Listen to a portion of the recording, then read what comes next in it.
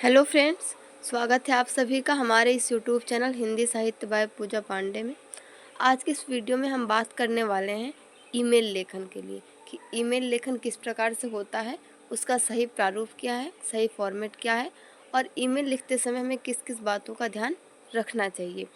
जैसे ईमेल के कुछ विशेष अंग होते हैं, ईमेल के भी प्रकार होते हैं। जैसे आपके पत्र के प्रकार होते हैं औपचारिक, अनौपचारिक, उसी प्रकार से आपका ईमेल का भी प्रकार होता है, औपचारिक ईमेल और अनौपचारिक ईमेल। अब देखेंगे हम कि देखिए इसके ईमेल पते के कुछ घटक होते हैं और ईमेल के कुछ मुख्य भाग होते हैं। घटक और भाग में मुख्य अंतर होता है, इन्हें हम बाद में समझेंगे। पहले हम ये समझ लेते हैं कि ईमेल लेखन का अर्थ क्या होता है।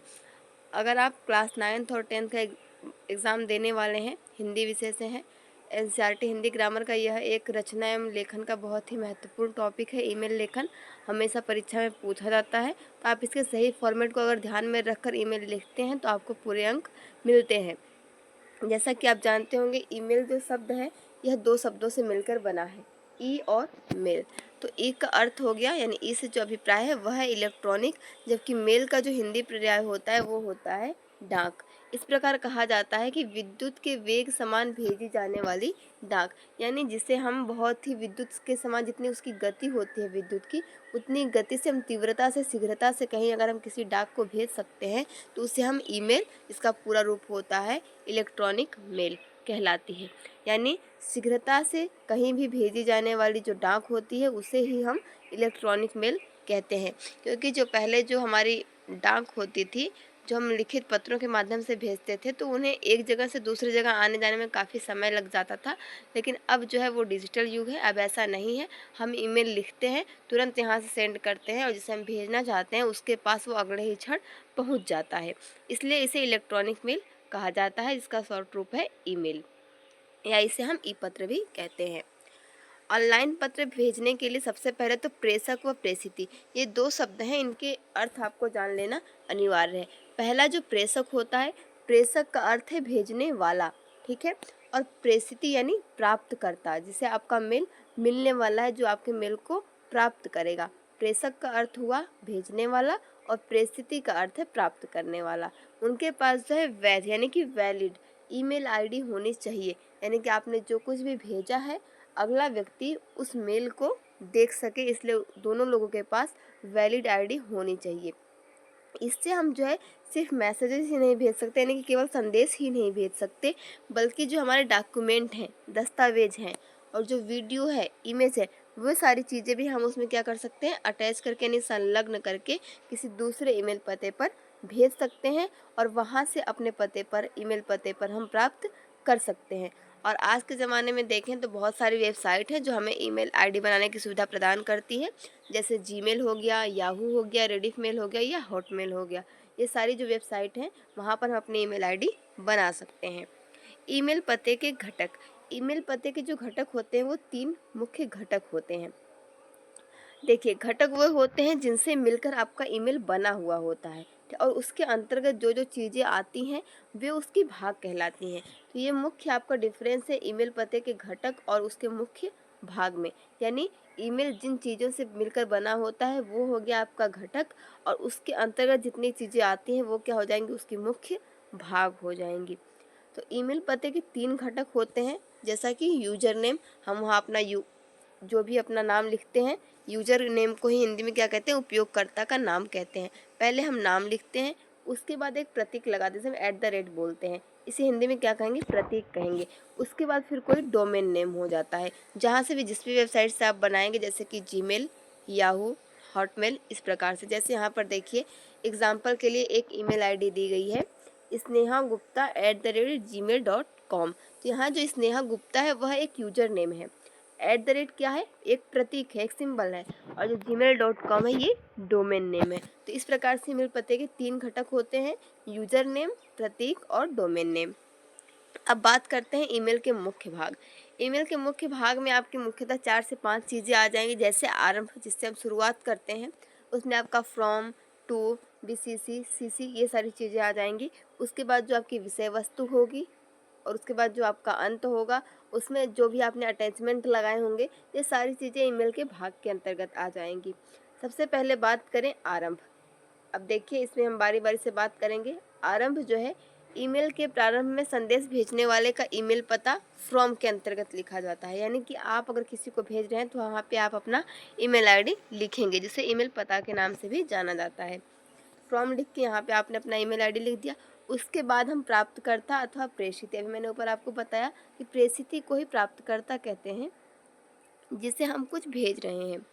तो हाँ, उसके बाद हम फ्रॉम के बाद क्या लिखेंगे, टू लिखेंगे, और टू के अंतर्गत जिसको भी हम ईमेल भेज रहे हैं उसका हम ईमेल आईडी वहाँ पर लिख देंगे। और कभी कभी जो है ईमेल भेजते समय दो या दो से अधिक व्यक्तियों को ईमेल भेजना होता है। ऐसे में तीन स्थितियाँ उत्पन्न होती हैं जो निम्न प्रकार से दी गई हैं, उसको हम देखेंगे। जैसे कभी कभी जो है हम ऐसा करते हैं, किसी एक व्यक्ति को भेजने के बजाय दो या दो से अधिक व्यक्तियों को भेजना चाहते हैं, तो किस प्रकार से भेजेंगे। अब देखिए, टू के अंतर्गत हम उन व्यक्तियों की ईमेल आईडी को टाइप कर देंगे जो कि डायरेक्ट मेल के द्वारा हम करना चाहते हैं। ठीक है, उसके बाद आ जाएगा आपका सभी टेक्स्ट और अटैचमेंट, उसमें जिन जो भी हम कुछ भेजना चाहते हैं उसमें हम अटैच कर देंगे।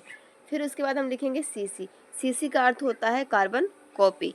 इसके अंतर्गत यदि एक व्यक्ति को ईमेल भेजना है और यदि आप चाहते हैं कि अन्य दो लोगों को यह पता रहे कि क्या भेजा है, तब अन्य दो लोगों का ईमेल पता हम सीसी में डाल सकते हैं, जिससे सबका ईमेल भी एक दूसरे को दिख जाएगा। यानी टू में हम क्या करेंगे, पहले एक व्यक्ति का डालेंगे, उसके बाद फिर सीसी लिखा है मतलब कार्बन कॉपी। इसमें हम यदि हम एक व्यक्ति को ईमेल भेजना और उससे अन्य लोगों को हम भेज रहे हैं, तो उन अन्य दो लोगों का ईमेल पता भी हम सीसी में लिख देंगे। उसके बाद अगला जो कॉलम होगा वो होगा आपका बीसीसी। बीसीसी का फुल फॉर्म होता है ब्लाइंड कार्बन कॉपी। यानी ईमेल जिस जिस व्यक्ति को किया गया है वह किसी को भी ज्ञात नहीं होता है, अर्थात गुप्त रहता है। उसके बाद आ गया आपका विषय। जैसे देखिए, ईमेल के दूसरे भाग विषय अथवा जो कि सब्जेक्ट है, उसके अंतर्गत जो भी हम मैसेज लिखना चाहते हैं उसे थोड़ा शॉर्ट में कर कर हम इस प्रकार से लिख देंगे कि उसका, जैसे आपने अनुच्छेद अभी पिछली वीडियो मैंने पढ़ाया था, उसका एक शीर्षक होता है। उसी प्रकार से विषय के अंतर्गत आप यूँ कह लीजिए, पूरे ईमेल में हमने जो कुछ भी लिखा है उसका मुख्य शीर्षक क्या है, उस प्रकार से हम लिख देंगे। जैसे होली की शुभकामनाएं। हालांकि जो होली की शुभकामनाएं ही आपका अनौपचारिक ईमेल के अंतर्गत आ जाएगा, अभी आगे हम बात करेंगे। विषय में आप यूँ एक तरीके से उसे शीर्षक समझ सकते हैं और पूरे ईमेल के स्वर को उसमें लिख सकते हैं शीर्षक रूप में। फिर आप क्या, अगला जो इसमें मुख्य भाग होगा ईमेल का वो होगा संदेश। संदेश के अंतर्गत हम मूल विषय जो है हमारा, उसका हम विस्तार पूर्वक वर्णन करके लिख सकते हैं और उसको हम थोड़ा सा अनुच्छेदों के माध्यम से लिखेंगे। अनुच्छेद जैसे मैंने पिछली वीडियो में आपको बताया था कि उसमें कैसे कहाँ पे जो भी चिन्ह लगाना है, पैराग्राफ है, उसमें क्या उसकी संक्षिप्तता होनी चाहिए, स्पष्टता होनी चाहिए, मुहावरे या लोकोक्ति प्रयोग कर सकते हैं। उस प्रकार से हम क्या कर सकते हैं, अनुच्छेद जैसे इस संदेश को लिख सकते हैं, थोड़ा विस्तार पूर्वक वर्णन करके।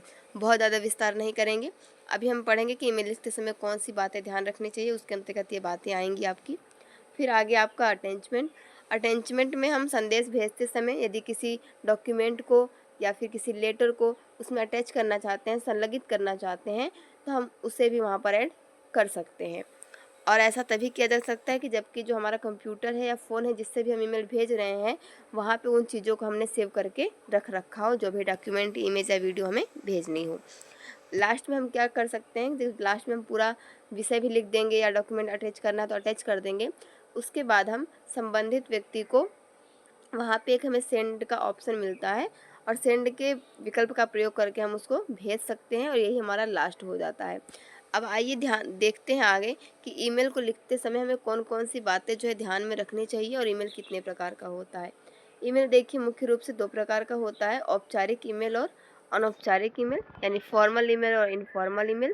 जिस प्रकार से आपके पत्र होते हैं, जैसे हमने वहाँ पे आवेदन पत्र, शिकायती पत्र, समस्या इस प्रकार के पत्र पढ़े थे, वैसे ही यहाँ पर आपके किसी शिकायत हमें कोई करनी है या समस्या का समाधान करवाना है या कोई हम प्रोडक्ट खरीदना चाहते हैं तो उसके लिए भी हम ईमेल लिखते हैं। ये जो है वैयक्तिक अथवा निजी प्रयोग हेतु भी किया जाता है और व्यापार एवं कार्यालय के प्रयोग हेतु भी ईमेल का प्रयोग किया जाता है। तो औपचारिक ईमेल के अंतर्गत वे सारे ईमेल आ जाएंगे जो हम उन लोगों को भेजते हैं जिनसे हमारा कोई निजी या पारिवारिक संबंध नहीं होता। यदि हम किसी संस्था, अधिकारी, व्यापारियों या अन्य लोगों से संपर्क स्थापित करने के लिए जो हम ऑनलाइन मैसेजेस, लेटर्स या डॉक्यूमेंट्स भेज रहे हैं, तो वे सारे आपके फॉर्मल ईमेल कहलाएंगे, यानी औपचारिक ईमेल कहलाएंगे। वहीं अगर हम अपने रिश्तेदारों को, संबंधियों को, अपने मित्रों को, दोस्तों को कोई ईमेल करना चाहते हैं, वे सारे ईमेल जो है वो अनौपचारिक ईमेल कहलाएंगे। ये आपके ईमेल के प्रकार हो गए। अब आइए हम देख लेते हैं कि ईमेल लिखते समय, औपचारिक ईमेल लिखते समय कौन सी बातें ध्यान में रखनी चाहिए। आपके पाठ्यक्रम में भी मुख्य रूप से औपचारिक ईमेल ही है। आप पिछले वर्ष के प्रश्न पत्र को उठाकर देखेंगे तो औपचारिक ईमेल ही परीक्षा में पूछे गए हैं। तो आप इन बातों का ध्यान रखें और अंत में हम एक ईमेल लिखकर भी देखेंगे। ईमेल भेजने के प्रारंभ में जिसे संदेश प्रेषित करना होता है, भेजना होता है, उसका सही व वैध ईमेल पता लिखा होना चाहिए। यानी आपको एक वैलिड ईमेल आईडी ही लिखनी चाहिए जिसे भी हम भेज रहे हैं। दूसरा पॉइंट है, औपचारिक ईमेल भेजते समय ईमेल प्राप्तकर्ता के लिए श्रीमान, मान्यवर, महोदय आदि आदर सूचक शब्दों का प्रयोग किया जाता है। जैसे पत्र में हम लिखते थे वैसे ही यहाँ भी ईमेल भेज रहे हैं। जब हम विषय के बाद जब संदेश लिखेंगे अपना, तो वहाँ पर हम श्रीमान, मान्यवर या महोदय इस प्रकार के आदर सूचक शब्दों का प्रयोग करेंगे। अगला पॉइंट है, औपचारिक ईमेल करते समय विषय वस्तु को कम से कम शब्दों में लिखने का प्रयास करना चाहिए। हम वहाँ पे भी अगर हमें ज़रूरत पड़ी, हालांकि जो संदेश होता है हमारा, वहाँ पे मुहावरे, लोकोक्ति वगैरह नहीं लिखे जाते हैं। डॉक्यूमेंट अटैच हम कर सकते हैं या जो मैसेज देना चाहते हैं उसको हम बहुत ही स्पष्ट रूप से और सरल भाषा में लिखेंगे। अनुच्छेद के बीच में उचित स्थान दिया जाना चाहिए। यानी जो पैराग्राफ है, जो भी हम अपनी बातें लिख रहे हैं, तो उनके बीच में हमें थोड़ी सी दूरी जो बना कर रखनी चाहिए। ऐसा नहीं कि पूरा एक कहानी की तरह लिख दें, 2-3 लाइन लिख दिया तो हो सकता है वहाँ पे अपनी लाइन चेंज करके लिख सकते हैं। और अगर हमें ज़रूरत पड़े तो हम वहाँ पे बुलेट्स का भी प्रयोग कर सकते हैं। लास्ट पॉइंट है कि ईमेल द्वारा भेजे गए औपचारिक पत्र में आदर सहित आदि लिखकर पत्र का अंत या समापन करना चाहिए। जैसे हम वहाँ पे भवदीय या आपका प्रार्थी, प्रार्थनी, आज्ञाकारी, शिष्य, छात्रा इस प्रकार से लिखते थे पत्र में, उसी प्रकार से हम यहाँ भी आदर पूर्वक ही अंत भी करेंगे। और लास्ट में किसी भी व्यक्ति को कोई भी ईमेल जो कि उसमें अटैच है, डॉक्यूमेंट है, फाइल्स है, वीडियो, इमेज कुछ भी है, उसे भेजने से पहले अंत में हम उसे एक बार क्रॉस चेक ज़रूर कर लेंगे कि जो हम भेजना चाहते हैं वास्तव में वह वही है, कहीं कुछ और तो नहीं है, और क्या हमने जो भी यहाँ पर संदेश लिखा है, विषय लिखा है, वह सही है, उसमें कोई त्रुटि तो नहीं है। इसलिए अंत में हम उसे एक बार क्रॉस चेक कर लेंगे, वेरीफाई कर लेंगे, उसके बाद ही हम उसे सेंड करेंगे। आइए हम आपको एक ईमेल दिखाते हैं। ये जो ईमेल है, ये ATM कार्ड न मिलने की शिकायत संबंध में लिखा गया है। ये आपका उदाहरण है। इसी प्रकार से आपकी परीक्षा में ईमेल लिखने के लिए आता है। चूँकि हमें कॉपी पेन पे लिखना है तो हम इस प्रकार से इसे लेंगे। सबसे पहले हम लिख देंगे फ्रॉम, यानी कहाँ से हम इसे भेज रहे हैं। तो abcd@gmail.com इस प्रकार से हम कोई भी वहाँ पे जीमेल जो है डाल सकते हैं, फ्रॉम की जगह पे लिख सकते हैं। ध्यान रहे, अगर परीक्षा में आप बैठें तो अपना नाम नहीं लिखेंगे, यहाँ पे आप ABC ही लिखेंगे। उसके बाद आता है टू, जैसा मैंने आपको बताया था, debitcard@bobcard.com इस प्रकार से हम लिख सकते हैं। देखिए, अगर ज़रूरी नहीं कि आप CC और BCC लिखें, जैसा कि मैंने आपको स्टार्टिंग में बताया था, ये इसका एक भाग है। अगर हम एक से अधिक व्यक्ति को भेज रहे हैं, 2 या 2 से अधिक व्यक्तियों को भेज रहे हैं, तो ही हम CC या BCC का प्रयोग करेंगे, अन्यथा नहीं करेंगे। तो यहाँ पे भी आप CC और BCC डालकर कोई भी जीमेल यहाँ पर डाल सकते हैं। विषय क्या है हमारा कि ATM कार्ड नहीं मिल रहा है, उसकी शिकायत करनी है, तो इसलिए हमने यहाँ पर विषय में क्या लिख दिया, ATM कार्ड न मिलने की शिकायत हेतु। यहाँ पर हम देखिए संबोधन, आदर सूचक संबंधी संबोधन का भी प्रयोग करेंगे। मान्यवर, मेरा खाता नंबर इतना है, मैंने 1 महीने पहले ATM कार्ड के लिए आवेदन किया था, किंतु यह मुझे अभी तक नहीं मिला है। कृपया बताएं इस देरी की क्या वजह है। मेरा आपसे विनम्र निवेदन है कि आप मेरा ATM कार्ड शीघ्र से शीघ्र मेरे पते पर भेजने का कष्ट करें। देखिए, बहुत ही कम शब्दों में हमने अपनी बात भी कह दी और एक समुचित रूप से। उसके बाद हमने क्या कहा, धन्यवाद, भवदीय, और अंत में हम क्या लिख देंगे, क ख ग घ लिख देंगे। ये जो है हमारा ईमेल का ये एक सही फॉर्मेट है कि पहले हम जहाँ से स्टार्टिंग कर रहे हैं तो फ्रॉम लिखें, टू लिखें।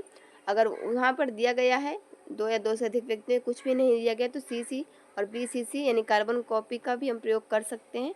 नहीं भी करेंगे तो कोई दिक्कत नहीं है। फिर विषय लिख देंगे, संबोधन लिख देंगे, अपना संदेश लिख देंगे जो हम कहना चाहते हैं, एक ही लाइन में लिखेंगे। थोड़ा सा अगर यहाँ पर देखिए पैरा चेंज कर देंगे, फिर धन्यवाद, भवदीय, और यहाँ पे हम क ख ग घ डाल देंगे। इस प्रकार से हमने देखा ईमेल का ये सही प्रारूप है। इस प्रकार से आपका ईमेल लेखन हो जाएगा। मिलते हैं अगले वीडियो में। रचना एवं लेखन का ही एक अन्य टॉपिक लेंगे, शायद वो आपका स्ववृत्त लेखन भी हो सकता है। Thank you for watching this video.